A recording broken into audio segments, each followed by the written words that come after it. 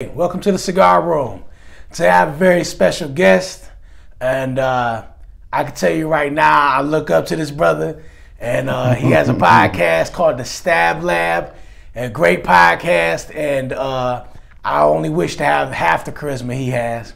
Please welcome Calvin from The Stab Lab to the show. Listen, I appreciate you for even inviting me to the Cigar Room. A lot of people don't know what the Cigar Room is, but since you invited me, it gave me a way better understanding of what the Cigar Room. I'm comfortable, you know what I'm saying? This is home. I understand why it's a Cigar Room now, and I appreciate you for having me, man. I appreciate it. Yeah, man, I really appreciate your time. No, brother. Always, man, always. Man, so first and foremost, real quick, I want to talk about the Stab Lab. Now, the Stab Lab, it got a unique name. Yes, all by it does. Itself, yes, it does. I had to look yes, it up. It does. But, man, why you named the Stab Lab? Well, honestly, man, I had a friend, right, and she came over, and she was just so relaxed, and she was like, a lot of guys don't have this kind of atmosphere, you know what I'm saying? And she felt like she was at home, and she just felt like I come here and we talk a lot, and I just feel like this could be a stab lab. And I'm like, what do you mean by that? And she was like, I don't even know. And it kind of stuck with me for years. And I'm like, you know what, man? It's just a place that you can come relax. You can learn information. You can grow. You can get knowledge or whatever. And it just was like, you know, I might meet some girls there or whatever. We might chill and relax or whatever. You know what I'm saying? But she like, it's the Stab Lab. So I just kept it like, okay, I'm going to roll with the Stab Lab. And I started a podcast. You can follow me on YouTube at the Stab Lab Podcast. I'm on Spotify, iTunes. I'm on Amazon Music now, iHeartRadio, all media platforms. I'm on Instagram. My name is Perfect Timing. On Instagram as well. And like I said, the Stab Lab is just a place where we get knowledge, we grow from, we help each other out, and you learn some relationship stuff, some music stuff, some informational stuff, however you want to put it, man. It's the Stab Lab. Man, another positive podcast, but a very intriguing podcast. Check it out, Stab Lab. And man, one of the other things, one of the things I definitely look up to the podcast is everything about it is the good look, man. The setup. Oh yeah, I love the setup, man. It's a good look. Most definitely, I appreciate it. I appreciate it, man. A lot of people don't know, man. This shit is expensive, man. This shit not. This not no $100 stuff, man. You know what I'm saying? Like in here, I can tell you put some money behind this. Yeah, man. You know what I'm saying? It was a build up. Yeah, I know. People like, oh, I want to start a podcast. Y'all don't know. Up, man. You got to put some money behind it, man. But yeah.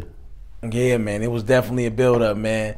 Real quick, want to give a shout out to the people that support the Cigar Room show. Stock the Bar Vodka, man. We really appreciate you, and thank you again for your support. The Scent Station, really appreciate you, man, from the Cigar Room. And JM Patriarch Cigars, salute you, brother. Had a great interview with you, and I really appreciate your time. And for those of you out there that actually want to do cross promotion with the Cigar Room, please let me know. We're here for it, and I'm sure the Stab Lab would definitely be here for it. Most definitely. So, man, I kind of wanted to go into a second part of a series I was doing called Men Let's Talk to Our Boys. Okay. And one of the things I was thinking about was how our generation was impacted and how we can change or help our next generation of young men that needed the guidance and help for those of us that wanted to be responsible for that. I'm a big believer in whatever you learn, amplify and duplicate. You know, make bigger or keep translating it down. You know, certain things like even having a watch, right? And shout out to Jay Crafters, black-owned watchmaker. Even having a watch was something I looked up to men having. Like, wow, you got a watch. Even my daughter, she seen me go out the door. She like, Daddy, where's your clock? Right. I wanted to change. I wanted to keep that going. Like, hey, a man wears a nice watch. A man's dressed well. You know, whatever it may be. Certain things I looked up to. Was there certain things when you were younger you looked up to? And certain men, you was like, I want that image, that thing that belongs to them, something they carry that I wanted to have when I grew up. Honestly, it was a watch too, man. I'm not gonna lie. A watch was always something, a nice timepiece to have, and it wasn't just about the watch. You know what I'm saying? It was something that it was almost like cultured. You know what I'm saying? But now I think I got an 8-year-old son, right? And I honestly didn't grow up with a dad.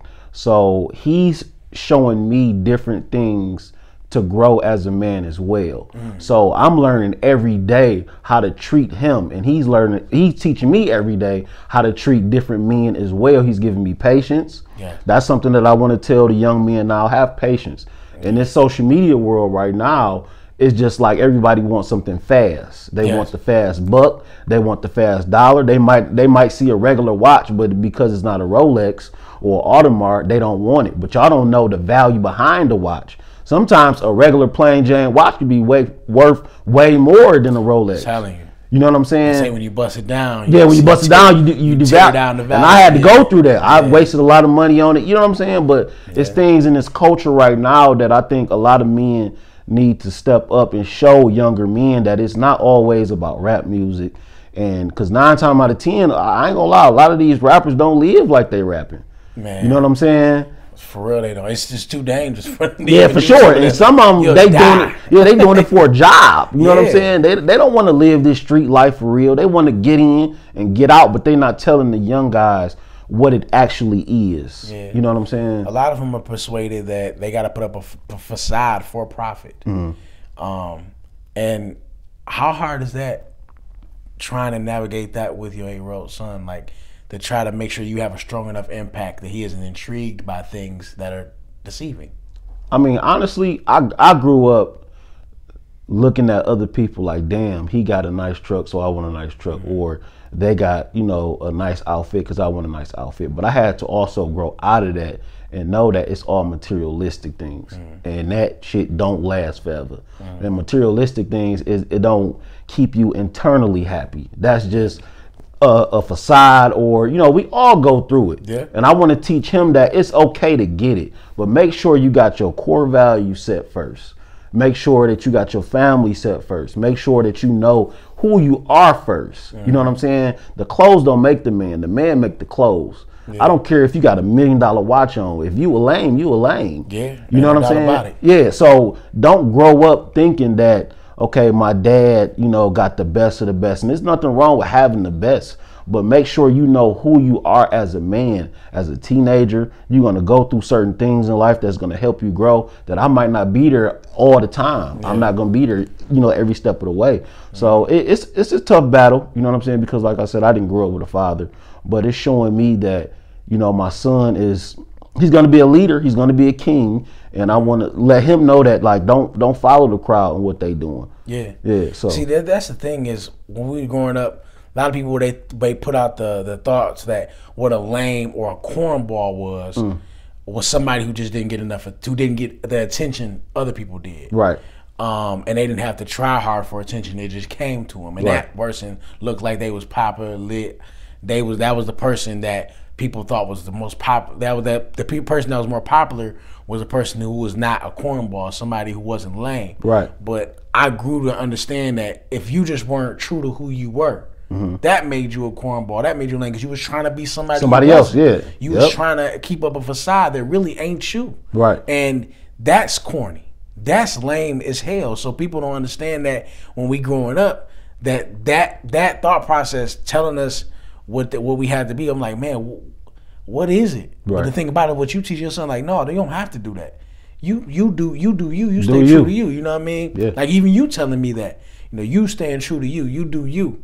That's what's best for you. Because like I said, I look at your show, I look at the way you doing things. I'm like, I ain't half that. Right. But what works for me works for me. Exactly. And that's what's good. Right. I don't have to be you because you're the best at being you. Right. And other people look at somebody else who may have more attention or more possessions, materials, and have more money than somebody, and they feel like that's what they should try to go strive to do.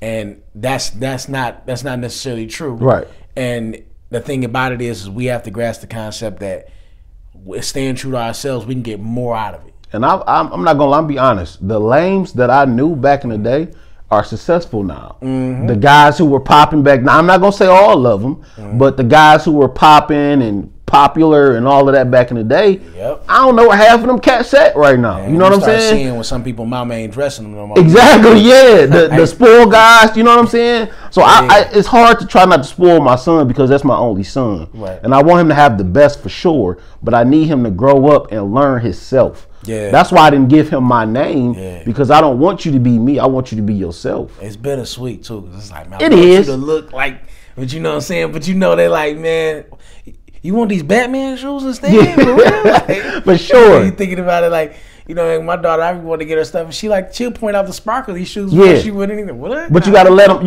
them grow though. You gotta let them enjoy that. Yeah. You know what I'm saying? Like, okay, I want you to have the Nikes, but if you want the sparkles, you can get the sparkles. That's gonna show you who you is, and that's gonna also keep them in their lane. And I also did a segment on Wednesday. It's called Midweek Motivation on Staying in Your Lane.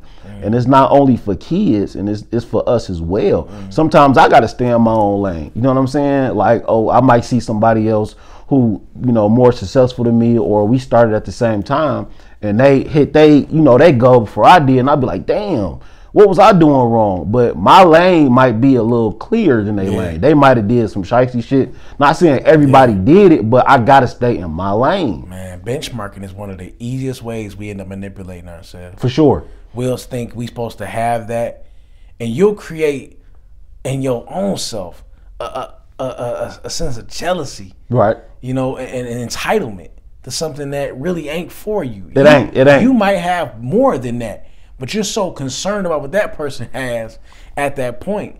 How hard is that to teach your son, who, you know, in elementary, seeing these different kids have certain things, do certain things, maybe get away with certain things? How hard is that to have to? It's tough, man, because everything that look good ain't good, man. You know what I'm saying? And like I said, just because they lane might look better, but you might jump in they lane, and they lane terrible over there. You know what I'm saying? You like, damn, I could have stayed over here where it's smooth at. It might take me a little young boys don't see it at first. No, and that's the problem now, though. They seeing the fast money, they seeing the fast cars, they seeing the fast life. Microwave mentality. Yeah, that's exactly what it is. Yeah, it starts to happen. That's what it is, and I feel like it's killing the society right now. Because nobody wants to do the hard work. Nobody wants to, like we was talking earlier, you know, how we start the podcast and we might not have, you know, 1,000, 2,000 followers. I mean, you know, well, views or whatever. But we know that the consistency gonna get us there one day. Yeah. You know what I'm saying? We might have a few hundred, but that few hundred might really need what we telling them. You know what I'm saying? Yeah. So I tell my son, like, look, stay in your lane. Be who you are. Don't be your friend, because your friend might end up in jail in 10 years. Man, I'm telling you. Yeah. So I'm a big believer in consistency changes the circumstances. For sure. And that's a good one. And the thing is, I thought about it so long. Like, I want this to be like this. Well, what work you putting in? Right. What you willing to do? What you willing to work for? And that was the thing I seen in. I'm like, a lot of these boys, they have such a sense of entitlement. They think, you know, like, say for instance, somebody get on and they get a bag. They're like, man, he ain't give me nothing. He ain't do nothing. You ain't gonna ask him, can you do something to get like in position? Like, he's supposed to just give you, supposed to do for you. And it's like, dang, like, he in position, ask for opportunity. Don't just act like something's supposed to be given to you. I think that's a big thing that a lot of young boys have still deal with to this day, that they have such a strong sense of entitlement. Not only that, though, they don't grow up with a father figure or uncle or everybody, you know, want to call it the big homie, but I wouldn't call it the big homie. I think somebody who really be like, look, just chill, relax. You know what I'm saying? Like, I'm gonna make sure you good, but you ain't gotta really be like, oh, you owe me because you was with me or you was riding with me. Like, you don't know what I went through to get this. Yeah, that's a balance I think a man can help provide for a young man. Is like, like, hey, hold up, chill out. It's relax, all right? You know what I mean? Like, that's something that a man, hold up. You know, and it's like, hold on. You hear that voice and it's like, all right, it ain't, and it's the demand, the respect out the gate. But that's the thing is, I think a lot of young men, the respect isn't there because the balance wasn't there. Right. And man, when I'm thinking about that, and you talking to a young man and you telling somebody something, you think about the times when it was you. That's what I'm relating to. That's what I'm relating to all the time. Because I didn't have that father figure. I didn't have that uncle. I had, you know, some guys some older guys or whatever, but it was nobody to tell me like, look, chill out. I wouldn't have probably made half the mistakes I made in my life. You know what I'm saying? And it was a high school or whatever who just did something, carjacked a girl or some shit like that. Man, I just seen that. You seen that? Yeah. And did you see what his shirt said? He don't follow his shirt. His shirt said when he got locked up on Fox 2 or whatever, his shirt said, I don't find trouble, it find me. And he was 17. But he carjacked the girl like 2 weeks ago or whatever. Yeah, and so just to piggyback off that, I feel like if he would have had that male perspective, not saying that he didn't or whatever, I don't know what his life, aspect or whatever happened, but I think if he would have had that aspect or that man figure in his life to be like, look, bro, just go get a job. You know what I'm saying? You young, he's still in high school, 12th grader. Now your whole life damn near gone off 5 minutes or a 2-minute mistake. You know what I'm saying? So that's the hardest part for me, showing my son, like, look, don't follow that crowd. Please don't. That's not the route, man. Explaining to these young boys, hey, what you want, play? You want more money? You want time? For sure. What you want? Because you gonna have more time, you ain't gonna do nothing. You ain't gonna For be fresh. You ain't gonna be. What you gonna do? You gonna get some more money? Go get some more money. And having that conversation with these young men, like, what you doing? I mean, I'm gonna do this. I want to have fun. You wanna have fun? Oh, don't worry. You gonna have fun. You ain't gonna have no fun. No, you ain't gonna have no nothing. Fun or fun. You gonna grow up, and your mama and them ain't gonna take care of you like they did. Right. You a grown man. Grow up, boy. Yeah. You know what I mean? And the thing about it is, when you have those different conversations, based on whoever the young man is, you got to have a different approach. Would you say that you developed? Was it a certain time in your life where it's like I developed an understanding enough where I knew how to approach a young man? Like, was it certain things that helped you develop that approach? Like, because it's different for different guys, sure. even yourself. You're like, man, how I would have responded to that. I kept fucking up, man. I kept messing up. And it was like, when are you gonna learn, Calvin? You know what I'm saying? When are you gonna learn from this last mistake? God only gonna give you so many chances. You know what I'm saying? And I'm like, okay, I'm gonna learn from this mistake. You know what I'm saying? I kept getting locked up or whatever, doing petty shit, following the wrong crowd. And I'm like, how can I tell my son, this is the younger me, how can I tell my son to follow this route if I'm following the wrong route? You know what I'm saying? How can I do the right thing if I'm consecutively doing the wrong thing? And I got friends who not really, showing me the right route. So I'm like, you know what? I got to get this shit together. You know what I'm saying? I graduated. Started kicking in. Yeah. So I'm like, you know what? I'm about to graduate from college. I'm about to run a business. You know what I'm saying? It was tough, but it was still times where I wanted to be in the hood and I still wanted to be, you know what I'm saying, in the middle of it. But you got to pick your battles. You can't do both. Yeah.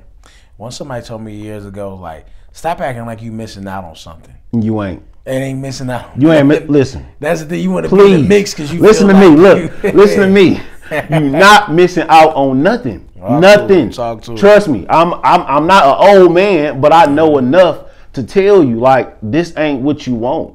Like, if you afraid to get a job, man. You know what I'm saying? Like, you can hustle. You can get a legit hustle on the side. You can do things to make you some extra money. And I ain't gonna lie, it's some hustles out here right now that's making more money than the dope deal. You know what I'm saying? The drugs or whatever. So you got to stay down. Know who you are. Stand tall behind anything you believe in. You know what I'm saying? And just be yourself. Legitimacy has longevity. You got to say that one more time. Legitimacy has longevity. And you got to explain it for them because a lot of people. When you're doing something legitimate, like, it has a lot more length of time you can have it. There you go. Versus the things that are illegal, it has a very short shelf life. Legitimacy definitely has longevity. Do not ever think for 1 minute that it doesn't. But the thing about it is the other route, it gets you there quicker. For sure. In your mindset. That's the problem. People don't think about all the L's that you take. Man, all them, between the lawyer fees and jealous people around you, you're going to lose way more than you think you're going to gain. Not what you actually going to gain, what you think you're going to gain. I'm saying, think about it. Lose way more. You about to hustle, you about to sell, whatever, and you got to think about it. You still, if you get caught, you still got to pay the lawyers. You still got to pay your bond, your restitution. You got to think about the time you about to spend. Now you're not making no money. Yep. You know what I'm saying? Yep. Now you're not making no money chasing the fast money. But if you were the damn near, okay, ain't nothing wrong with hustling. Like I said, we all grow out of it. We all grow up. But put that money towards something that's going to be on the longevity, like you said. Get a lawn care service or something. You know what I'm saying? Man, all the young people out there, You never want to hear this word, what he just said, restitution. You Man, never want to hear that and your name be attached to it. I'm not going to explain too much in depth what that means. Just hope that you never have to hear that word attached to your name, restitution.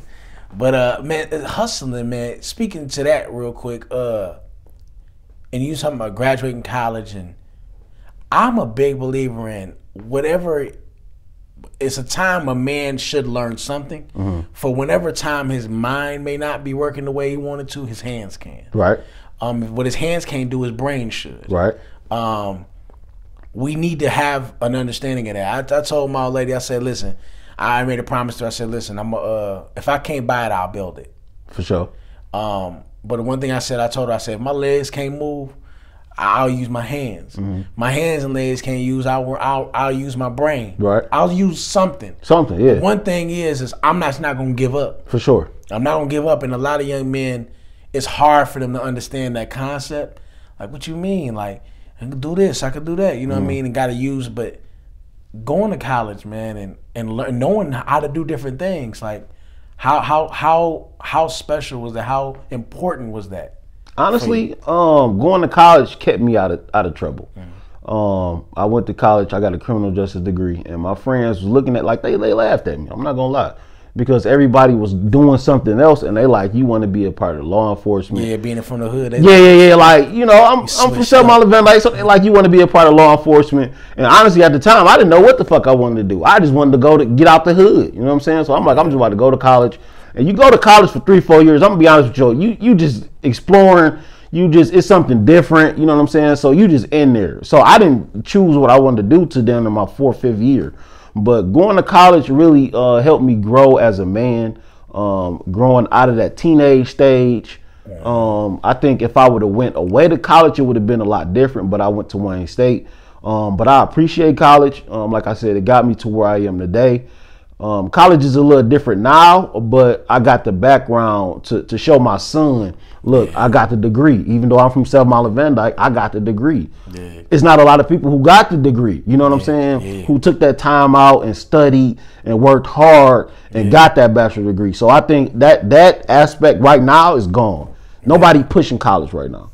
And you know, I was one of the people that I thought that, I'm like, yeah, you know, for a long time I thought that the concept of college ain't for everybody, until my stupid ass realized, like, hold up, now let me stop saying that. For sure. Because there's people that's gonna listen to that and then think that it gives them an easy way out. Exactly. And so that's what I thought. The thing is, I'm like, we need to talk to the young people about what you going to college for.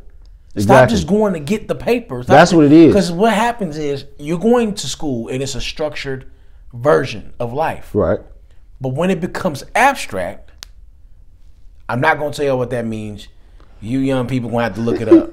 They got a lot of words to look up tonight. Abstract. When you have to do that, when you have to have an abstract approach to life, that degree ain't going. That's only a part of the battle. Not even half of it. That's 10%. It's going to take discipline. It's going to take accountability in your behalf. Right. People are going to have to put in real work after that. But I was thinking about it in the concept, people like, oh, if you learn a trade or learn something like that, but it became for a lot of people for the easy way out, and they didn't even finish that neither. No, they didn't. A lot of people didn't even get the certificate in that. That's why I didn't go to trade. Yeah. That's why I didn't. Yeah. The importance around getting a degree, man, like, absolutely, a degree, certificate, something that's going to help you build and contribute to the world around you. Yeah, for sure. And the importance of that. Who put that on? Who placed that in your mind? That you honestly, my mom, man, I give her kudos to that, and she just was like, you know, back in the day, they were, you know, go to school, get a job, work, retire, then die. You know what I'm saying? She like, Calvin, look, that's fine if you want to do that, right? And you need to learn who you are. Like I said, she was a single mom or whatever, and I respected her for that. And she pushed me, you know, to the limit. And she was like, look, after high school, you basically a grown man. So you got to make your decisions. You know what I'm saying? And it was like, look, do I want to go to the military? You know what I'm saying? Do you want to go to college? Because you're not staying on 7 Mile of Van Dyke not doing nothing. Man. So I'm like, okay, you know. Exactly. So it's like, all right, I'm going to go to college. You know what I'm saying? And I ain't going to lie, it was tough. It was tough. But I stuck through it, and then I knew that, you know, one day that I'm a flourish from this. And I can use this potentially to help me in a further career. But like you said, we grow up with that mentality like school ain't for everybody. Yeah. You know, so it's like it's basically what you think of it and how you want to pursue your career. And like you said, you want to build your foundation from that. That's how I learned. You know what I'm saying? Man, I didn't think I was smart enough to be at the school I was at. I like the high school I was at, for crying out loud. I'm like, man, let alone try to go to college. I'm like, what? But it's a whole other world outside of what I thought, just with Van Dyke alone. It is. And good for you, man, that you got up out of there, because they got rid of the good Coney Island over there anyway. Yeah, they did. You know what's crazy? I was selling drugs at that Coney Island, man. That was a staple in the community for real. It was terrible, man. I'm not gonna lie, man. I'm glad. I went out to Minnesota for some years, and I came back home. When I went out to Minnesota, man, and I had a whole new perspective on Michigan or in life in general. You know, one of the worst things I did when I first got there, I had my face all screwed up. I'm looking at people like, why people keep looking at me in my face when I'm walking in these stores? They smiling, they happy. Yeah, sure. I was saying, man, one of my friends, he said, what's wrong with you? What is wrong with you? Why are you acting like that? I mean, I'm just on guard. You know, for what? Somebody did something to you out here? Right. Somebody doing something like you know how I be like, it's hoods everywhere, dude. It don't mean you gotta stay like that. You don't gotta be like that. But I felt so stupid. That's how we came up though. I'm protecting myself from what? From what? Like, I'm thinking to myself, I'm not even in this environment no more, but I'm so stuck in that mindset thinking that anything can happen at any point. Right. The thing about it is, let me act accordingly. I'm not in that no more, and I should be happy about that. Right. But here I am still just face all screwed up for nothing. But how long did it take you to change though? It took me a little while. I'd say a couple months till I really realized it, and then also started changing the way I said things. Like it was simple stuff, man. It was like, hey, you want this? No, I'm straight. Why do you keep saying that? Yeah. Why do you keep saying you straight? What are you talking about? Yeah. They didn't understand, but I'm like, maybe they don't understand why I talk. No, I'm just saying stuff that I think I'm just supposed to say because of the way I grew up. You know what I mean? Right. You know what I mean? I just saying stuff, just recklessly talking, recklessly thinking. The way I thought about things, I didn't think about planning anything. I was not disciplined at all. It was just like day for day. And but I feel like you had to grow out of that though. Absolutely. That was just part of your life though. Yeah, and the thing about it is, once I came back to give it to the people, I'm like, just because you here, even in the city, you don't have to stay like that too. Because people, I thought about it. I'm like, how much I'm on guard, I'm making this other person feel like they gotta be on guard. Exactly. And the way I'm looking at them, giving that energy, they giving me back that energy. Right. And how many people done got into it just off a look? Man. How many people done got popped off of just a look in the city? Why you looking at me like that? Yeah. And it's like just off a look, somebody done, man, I'm like, nah, man. We could change that. Not that everybody gotta be all happy go lucky, but you ain't gotta look like that either. But it's a mentality though. Yeah, it is. It's a mentality. You got to grow out of that. Yeah. You know what I'm saying? That's what we cultured to do. Especially coming from the hood, we got to be on guard 24/7. Yep. We don't know what's coming next or where it's going to come from. So when we out of that environment, it's like a fucking dog going into a cage with a cat. You know what I'm saying? They in two different environments. Yeah. So they got to act a certain type of way, but it's a good thing that you grew out of that. Yeah. So you can teach your daughter or your future kids that, look, you ain't got to go this route. You know what I'm saying? So, you ain't got to do this. Being exposed to a different environment like we both discussed, being exposed to a different environment, and then like we were fortunate enough. Mm-hmm. How do we reach the people who may not be fortunate enough where they ain't even going to Wayne State, brother? They going to Wayne Community College. Right. You know what I'm saying? And that's about it for them. How do they make the best of it? I think you just got to make the best of life. Mm-hmm. You know what I'm saying? Regardless if you go to WC3, Henry Ford Community College, Wayne State, you can go to FAMU. You know what I'm saying? But if your mentality is the same from when you was a little kid or a teenager, I don't give a damn where you at.